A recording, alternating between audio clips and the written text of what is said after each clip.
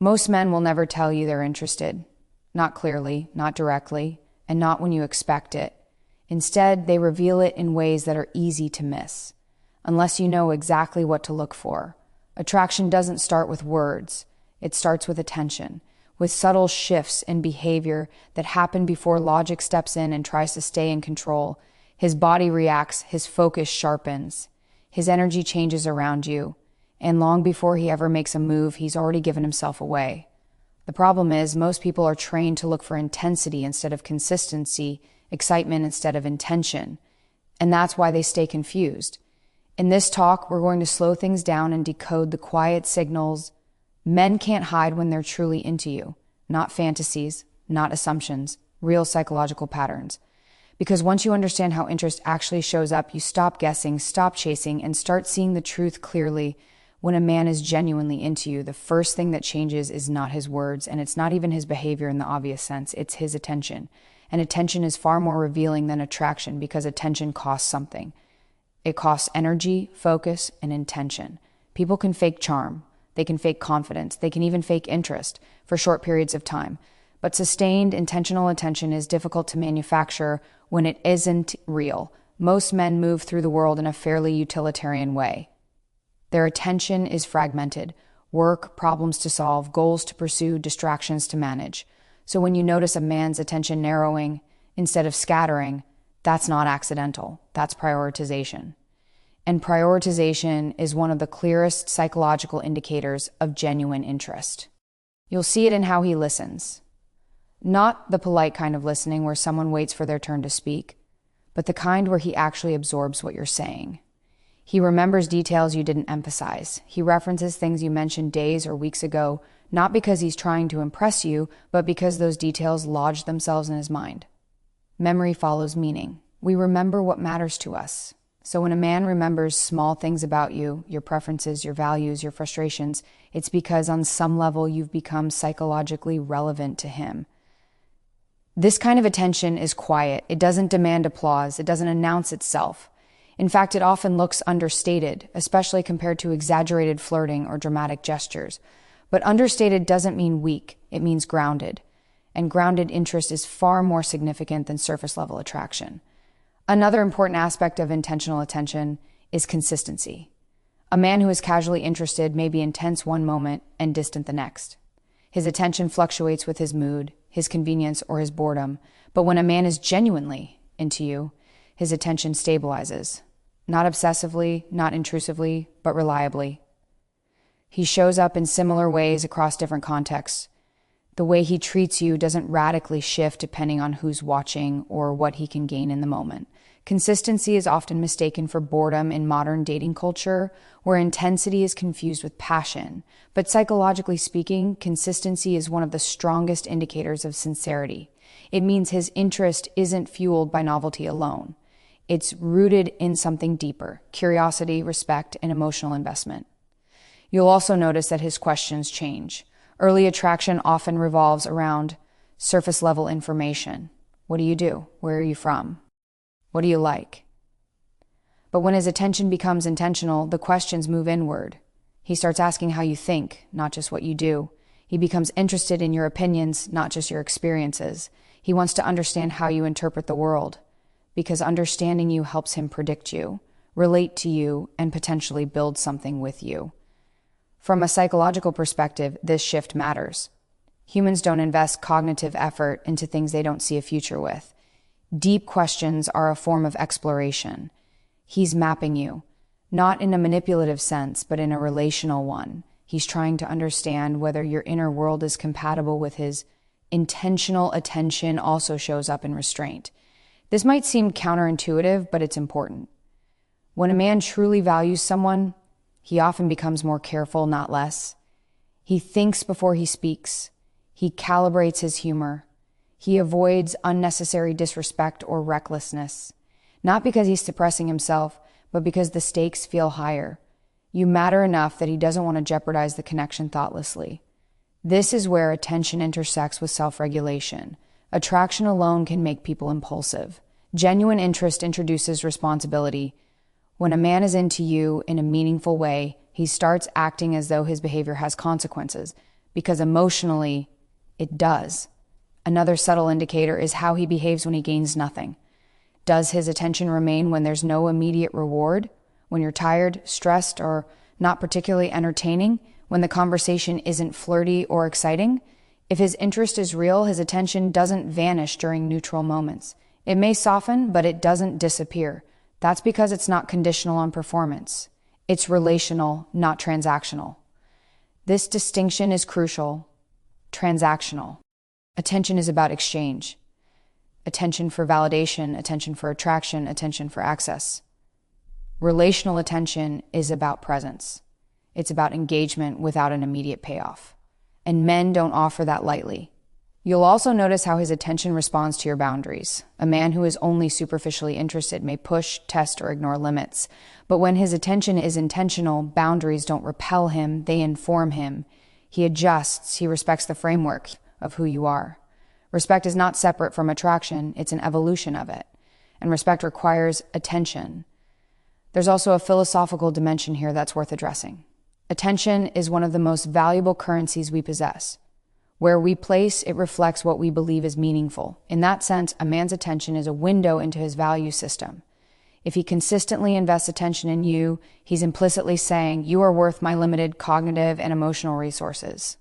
That doesn't mean perfection, it doesn't mean constant availability, but it does mean intentionality. And intentionality is the bridge between interest and commitment.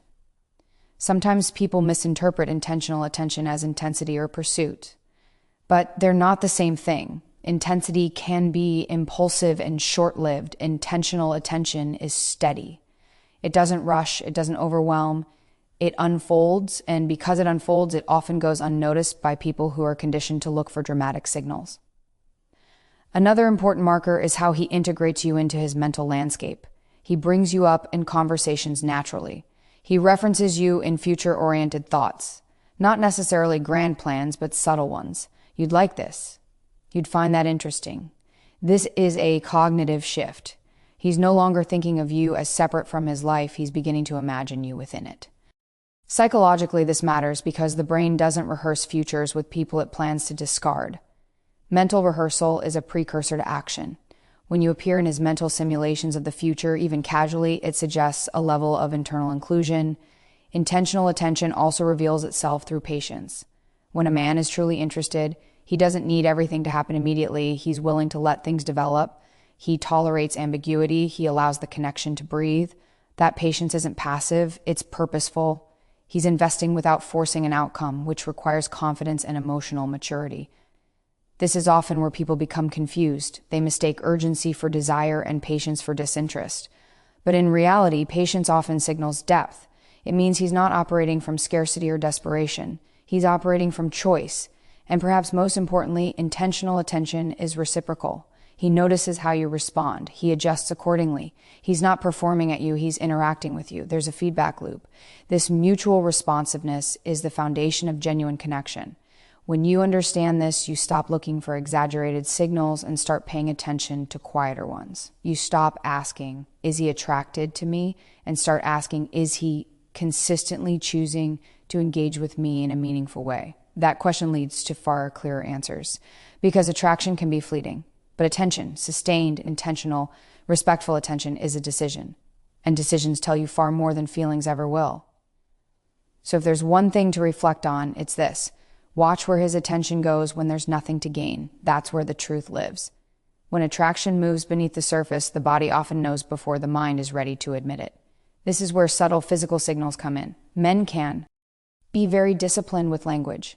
They're taught implicitly and explicitly to control what they say, to downplay emotion, to rely on logic rather than vulnerability.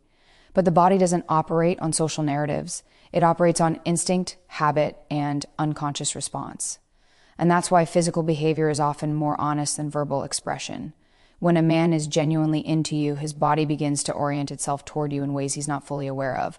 Orientation is important here. Humans instinctively turn toward what they value. Feet point toward interest. Shoulders angle in. The torso opens rather than closes. These are not rehearsed actions. They're automatic. You don't decide to lean toward someone you care about. It happens because your nervous system is signaling safety, curiosity, and engagement. One of the most revealing behaviors is proximity. Men who are interested find reasons to be closer, even when they don't need to be. They choose seats nearby, they reduce physical distance during conversation, they linger instead of leaving promptly. This isn't about dominance or intrusion, it's about presence. Distance is psychological before it's physical. Closing the gap signals a desire for connection, even if it's subtle. Another powerful indicator is mirroring. When a man unconsciously mirrors your posture, gestures, or tempo of speech, it's a sign of attunement. Mirroring happens when someone is mentally and emotionally synced with another person. It's a way the brain says we're aligned. People don't mirror those they feel indifferent toward. It requires attention, comfort, and interest. And because it's unconscious, it's very difficult to fake consistently. You'll also notice changes in how he carries himself. When a man is attracted, his posture often improves around the person he's interested in. He stands straighter. His movements become more deliberate. This isn't about showing off. It's about instinctive self-presentation. Attraction triggers a desire to be perceived well.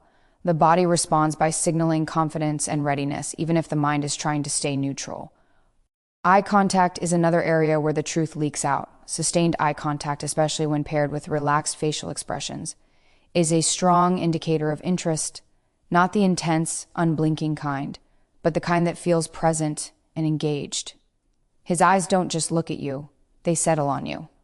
And often they linger a fraction longer than necessary. That hesitation, those extra milliseconds are meaningful. They indicate reluctance to disengage. There's also the matter of facial micro-expressions. Brief smiles that appear and disappear quickly. Raised eyebrows when you speak. Softening around the eyes. These are emotional tells. They happen faster than conscious thought, which is why they're so revealing. When a man is into you, his face reacts to you before he has time to decide how he wants to appear. Touch, when it happens, is often indirect at first. A light brush of the arm. A brief contact when passing something. Adjusting something near you rather than on you. These gestures test boundaries without overtly crossing them. They're exploratory, not aggressive. They allow him to gauge your response while maintaining plausible deniability. And again, they're rarely planned. They emerge from comfort and curiosity. What's important to understand is that these signals don't operate in isolation. One behavior alone doesn't mean much, but patterns do. Repetition does. When you see multiple physical cues aligning over time, orientation, proximity, mirroring, eye contact, you're not looking at coincidence. You're looking at congruence between internal state and external behavior. From a psychological standpoint, this happens because attraction activates the autonomic nervous system. Heart rate shifts, muscle tone changes, attention narrows. These physiological responses influence movement and posture automatically. The body is responding to perceived opportunity and emotional relevance, whether the man wants it to or not. There's also an element of vulnerability here that often goes unnoticed. Physical signals expose interest in a way words can avoid. A man can claim neutrality verbally while his body contradicts him entirely. That contradiction creates internal tension. You may notice moments of self-correction. He catches himself leaning in and pulls back, realizes he's maintaining eye contact too long, and looks away, becomes aware of his proximity, and creates space. These corrections are not signs of disinterest. They're signs of awareness. He's trying to manage something that matters. This is where restraint reappears, but in a physical form. He may limit touch. He may regulate closeness, not because he doesn't want to be near you, but because he does, and he's trying to maintain control. Desire often produces caution when something feels significant. Another overlooked signal is nervous energy. Contrary to popular belief, confidence doesn't eliminate nervousness, it just refines it. When a man is into you, you might notice small signs of tension, adjusting his hands, shifting weight, brief fidgeting. These behaviors reflect emotional arousal. He cares how he's perceived. Indifference doesn't produce nerves. Meaning does. It's also useful to notice how his body responds when you enter or leave a space. Does his posture change when you arrive? Does he reorient toward you without thinking? Does his attention physically follow you when you move? These transitions are revealing because they're spontaneous. He hasn't had time to prepare. Philosophically, the body represents truth before Nerat. We can tell ourselves stories about what we feel or don't feel. We can rationalize, delay, suppress, but the body reacts in real time. That's why physical behavior is often the earliest indicator of attraction and the hardest to disguise. However, this insight also requires discernment. Not every physical signal means romantic interest. Context matters, baseline behavior matters. That's why observation over time is critical. You're not looking for perfection. You're looking for deviation. How does he behave around others compared to how he behaves around you? Difference is data. When attraction is present, the body becomes slightly more animated, slightly more responsive, slightly more engaged. It's rarely dramatic, it's incremental, and those increments add up. Understanding this shifts how you interpret interactions. You stop overanalyzing words and start noticing alignment. Does what he says match what his body does? When there's consistency between the two, trust increases. When there's contradiction, pay attention to the body, not because it's manipulative, but because it's honest. And there's empowerment in this awareness. It allows you to respond rather than react, to choose clarity over confusion, to ground your interpretation in observable reality rather than hope or fear. So here's the reflection to leave with. When someone's body consistently moves toward you, even when their words hesitate, that's not mixed signals. That's truth struggling to surface. And recognizing that truth allows you to decide consciously and confidently what you do next. As interest deepens, something subtle but unmistakable happens to a man's behavior. Neutrality disappears. He no longer interacts with you in the same emotionally flat way he does with everyone else. Instead, a form of playful confidence begins to emerge. This is where flirting lives, not in exaggerated compliments or scripted lines, but in engagement, in liveliness, in the willingness to step slightly outside emotional safety and see what happens. Playfulness is not accidental. Psychologically, it signals comfort combined with curiosity. A man who teases lightly, jokes with intention, or challenges you in small ways isn't just trying to entertain you. He's inviting interaction. He's saying, without saying it, I want to see how you respond to me. That invitation is inherently risky because playfulness opens the door to rejection. Indifference doesn't take risks. Interest does. One of the most common misunderstandings about flirting is that it's about impressing. In reality, it's about testing connection. When a man is into you, he's not just asking whether you like him, he's asking whether there's rhythm between you. Humor is one of the fastest ways to test that rhythm. Shared laughter is a form of alignment. It tells both people that they interpret the world in compatible ways. This is why playful confidence often replaces neutral politeness. Politeness keeps distance. Playfulness reduces it. And reduction of distance, emotional or psychological, requires courage. When a man shifts from being agreeable to being engaging, that shift matters. He's no longer just maintaining social harmony, he's expressing preference. You might notice teasing that's gentle but pointed. He notices something specific about you and turns it into humor. Not mockery, not cruelty, precision. Precision indicates attention. He's observed you closely enough to play with something real. That level of specificity doesn't come from casual attraction. It comes from mental investment. There's also a philosophical element here worth considering. Play is how humans explore without committing. Children play to learn boundaries. Adults flirt to explore possibility. When a man flirts playfully, he's exploring the emotional landscape between you. He's not declaring intent yet, but he's opening the space where intent could exist. Another important distinction is confidence versus arrogance. Arrogance seeks dominance. Playful confidence seeks engagement. A man who's into you doesn't need to overpower the interaction. He doesn't need to win. Instead, he allows back and forth. He leaves room for you to respond, push back, tease him in return. That reciprocity is essential. Flirting fails when it becomes a performance rather than a dialogue. You may also notice that his confidence becomes selective.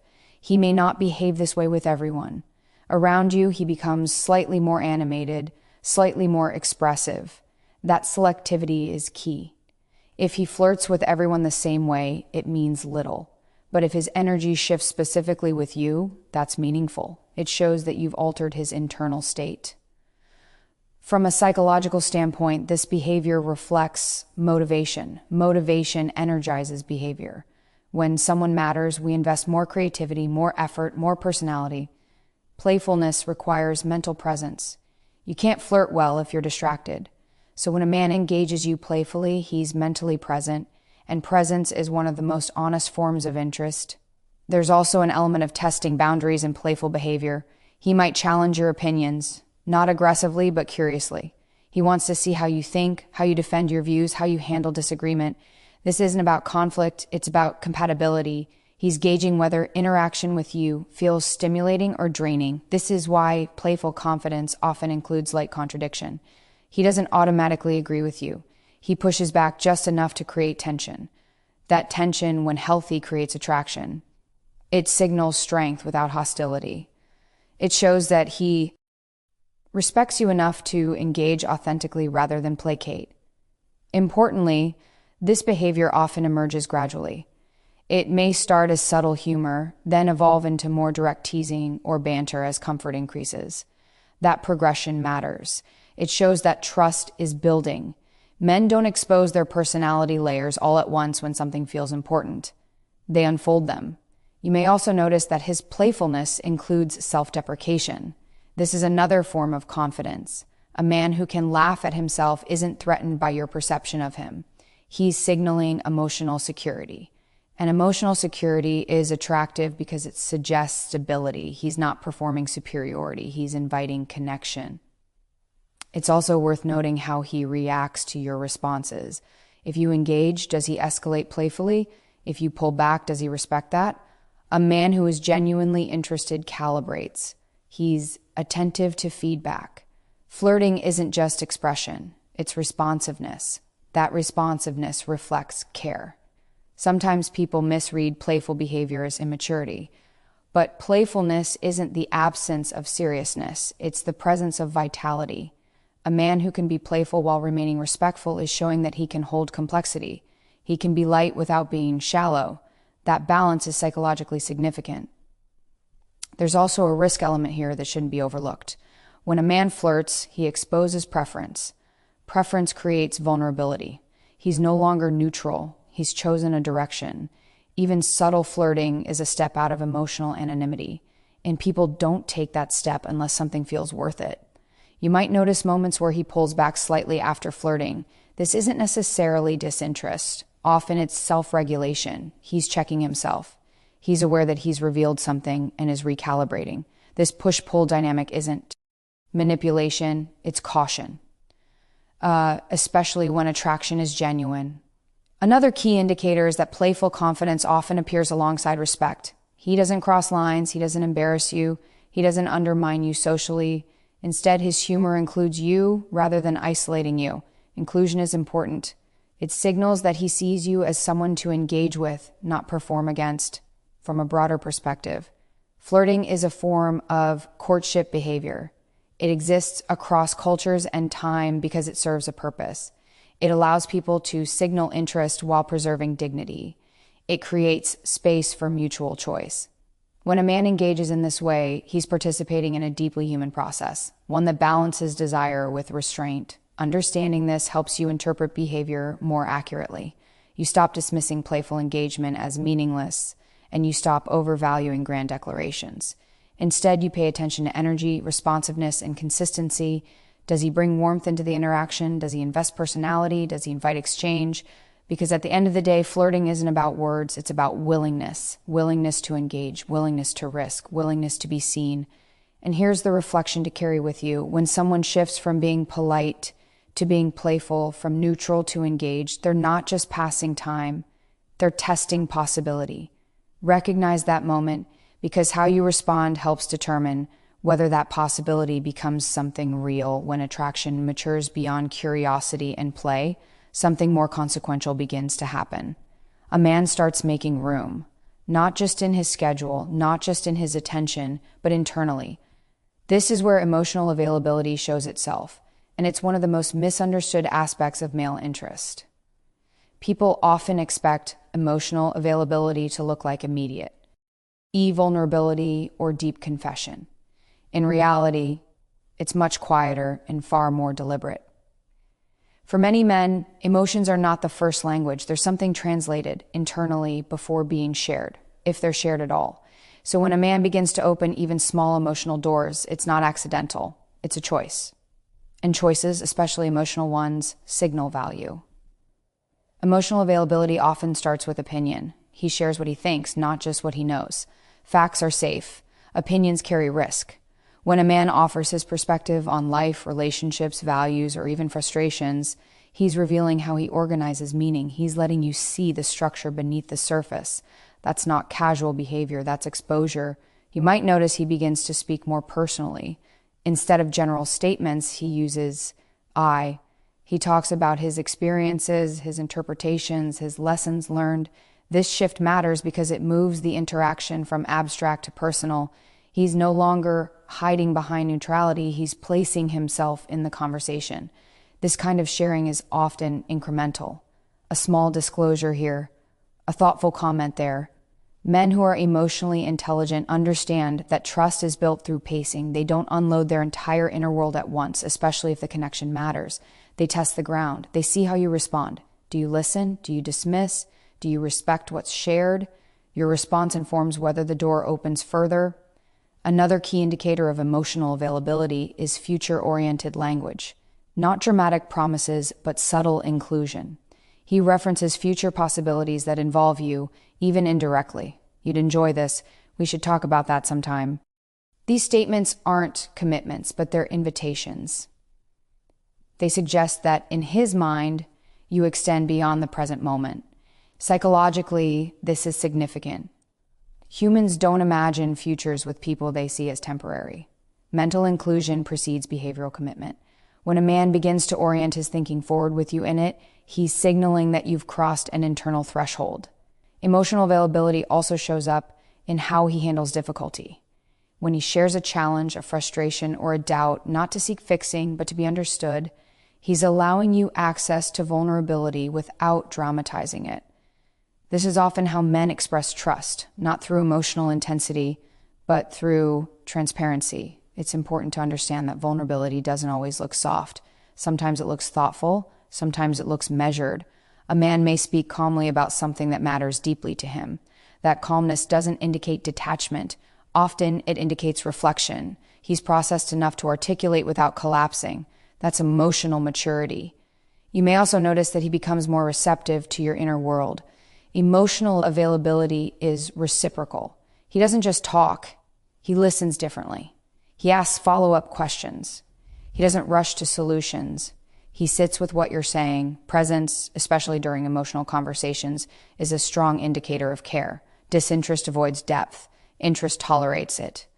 Another subtle sign is that he allows disagreement without withdrawal. When a man is emotionally available, he doesn't need constant validation. He can hold difference without feeling threatened. That capacity signals internal stability. He's not relying on your agreement to regulate his sense of self. That stability makes emotional connection possible. There's also a moral dimension to emotional availability. When a man opens emotionally, he's implicitly accepting responsibility. Responsibility for how his actions affect you. Responsibility for honesty. Responsibility for consistency. Emotional unavailability often hides behind ambiguity. Availability moves toward clarity, even if that clarity unfolds slowly. You may notice that he becomes more honest about limitations, what he can offer, what he's uncertain about. This honesty is often misinterpreted as lack of interest, but it's frequently the opposite. He respects you enough not to mislead you. That respect emerges when something matters. Another indicator is emotional repair.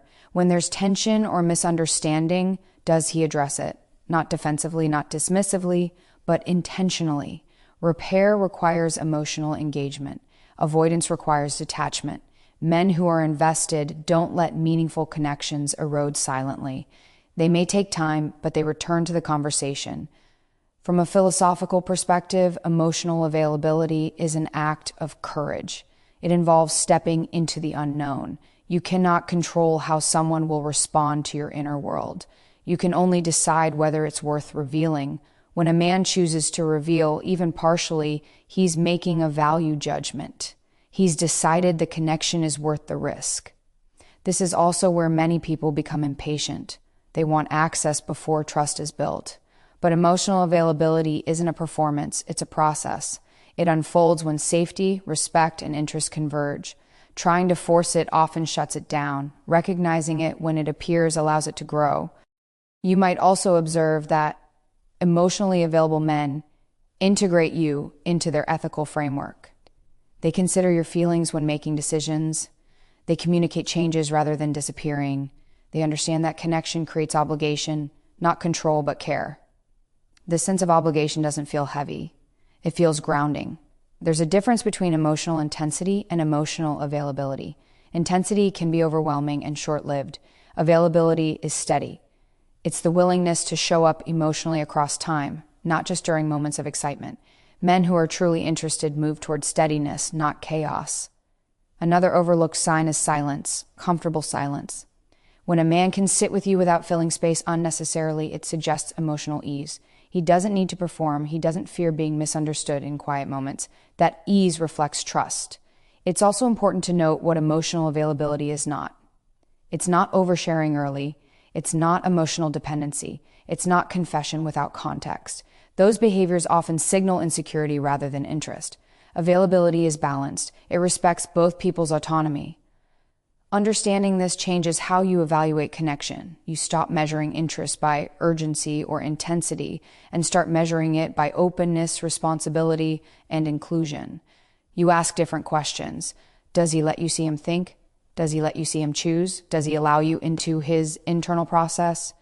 Because when a man becomes emotionally available, he's not just expressing attraction, he's signaling readiness. Readiness to engage with another person as a whole human being, not just an experience. And here's the final reflection to carry forward. When someone invites you into their inner world, carefully, honestly, and consistently, that's not hesitation. That's intention taking shape. Recognize it, respect it, and decide consciously whether you're willing to meet it with the same depth.